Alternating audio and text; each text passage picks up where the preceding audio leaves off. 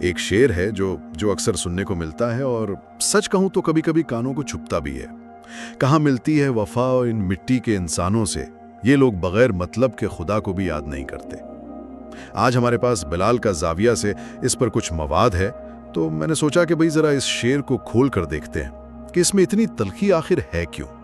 یہ واقعی ایک چونکا دینے والا شعر ہے، خاص طور پر اس لیے کہ یہ علامہ اقبال جیسے بڑے شاعر سے منسوب کیا جاتا ہے۔ بالکل۔ اور یہ سیدھا انسانی فطرت کے ایک ایسے پہلو پر وار کرتا ہے جس پر ہم عام طور پر بات کرنا پسند نہیں کرتے۔ صحیح۔ چلیں پہلے حصے سے شروع کرتے ہیں۔ یہ جو مٹی کے انسان والی بات ہے، ماخذ میں اس کے بارے میں کیا کہا گیا ہے؟ کیا آپ اس بات سے متفق ہیں؟ کومنٹ میں اپنی رائے دیں۔ ویڈیو پسند آئی تو لائک کریں اور بلال کا زاویہ کو ابھی سبسکرائب کریں۔ شکریہ۔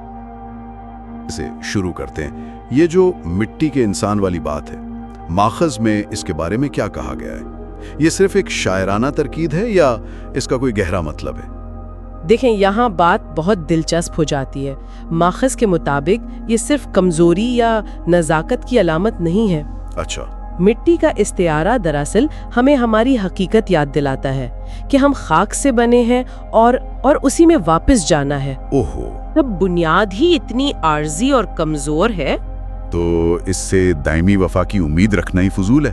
بالکل۔ اچھا، تو یہ صرف گلہ نہیں ہے بلکہ ایک طرح کی حقیقت پسندی ہے کہ بھئی فانی مخلوق سے لافانی وعدوں کی توقع کیوں کی جائے۔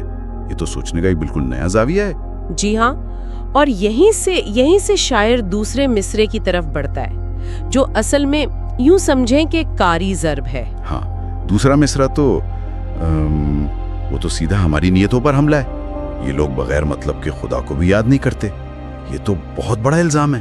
اور ماخذ اس کی تشریح یوں کرتا ہے کہ یہ ہمارے اور خدا کے درمیان تعلق کی نوعیت کو بے نقاب کر رہا ہے۔ اچھا، کیا ہمارا رشتہ واقعی عبادت اور محبت کا ہے یا صرف ایک لین دین کا؟ ہاں۔ ہم اکثر خدا کو تبھی شدت سے یاد کرتے ہیں جب ہمیں نوکری چاہیے، صحت چاہیے یا کسی مشکل سے نکلنے کا راستہ چاہیے۔ ہماری دعائیں اکثر ہماری ضرورتوں کی ایک فہرست ہوتی ہیں، ہے نا؟ یہ بات تو واقعی سوچنے والی ہے۔ مطلب ہم نے اپنی دعاؤں کو بھی ایک طرح کی شاپنگ لسٹ بنا دیا ہے۔ جی۔ تو کیا شاعر یہ کہہ رہا ہے کہ جو شخص اپنے خالق کے ساتھ اتنا خود غرض اور موقع پرست ہو، وہ کسی دوسرے انسان کے ساتھ بیلوس اور وفادار کیسے ہو سکتا ہے؟ بالکل یہی نقطہ ہے۔ ماخوذ کے مطابق یہی اس شعر کا مرکزی خیال ہے۔ یہ انسان کی بے وفائی کو اس کی روحانی حالت سے جوڑتا ہے۔ واہ! اگر ہمارے روحانی تعلق کی بنیاد ہی مطلب پر ہے تو ہمارے سماجی اور ذاتی تعلقات کی بنیاد وہ کس چیز پر ہوگی؟ ظاہر ہے وہاں بھی ہم اپنا فائدہ ہی ڈھونڈیں گے۔ بالکل۔ تو یہ صرف انسانوں کے آپسی تعلقات کی بات نہیں رہی، یہ تو ہمارے اور خدا کے رشتے پر بھی ایک بہت گہرا تبصرہ ہے۔ جی۔ نیٹ ورکنگ یا مفاد پر مبنی تعلقات کہتے ہیں۔ شاعر اس رویے کی جڑیں ہماری روحانیت میں دیکھ رہا ہے۔ جی، اور اسی لیے یہ شعر اتنا بے چین کرتا ہے۔ یہ ہمیں آئینہ دکھاتا ہے نا؟ صحیح۔ یہ ہمیں مجبور کرتا ہے کہ ہم اپنی نیتوں کا جائزہ لیں۔ کیا ہماری محبت، ہماری دوستی، یہاں تک کہ ہماری عبادت بھی کسی فائدے کی محتاج ہے؟ تو خلاصہ یہ ہے کہ یہ شعر انسان کی کمزوری کو دکھانے کے لیے مٹی کا استعارہ استعمال کرتا ہے، پھر اسی کمزوری کو اس کی خود غرضی سے جوڑتا ہے اور یہ دلیل دیتا ہے کہ ہماری بے وفائی کی سب سے بڑی مثال خالق کے ساتھ ہمارا مطلب پرستانہ رشتہ ہے۔ یہ تو انسانی فطرت کی بہت مایوس کن تصویر ہے۔ یہ مایوس کن ضرور ہے، لیکن شاید حقیقت پسندانہ بھی۔ شاید۔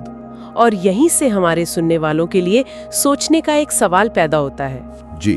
اگر انسانی فطرت میں مطلب پرستی اتنی گہری ہے، اتنی رچی بسی ہے، تو کیا بے لوث وفا اور غیر مشروط محبت یہ محض ایک شاعرانہ خواب ہے جسے ہم سن کر خوش ہوتے ہیں، یا یہ واقعی ایک ایسا آئیڈیل ہے جسے حاصل کرنے کی کوشش کی جانی چاہیے؟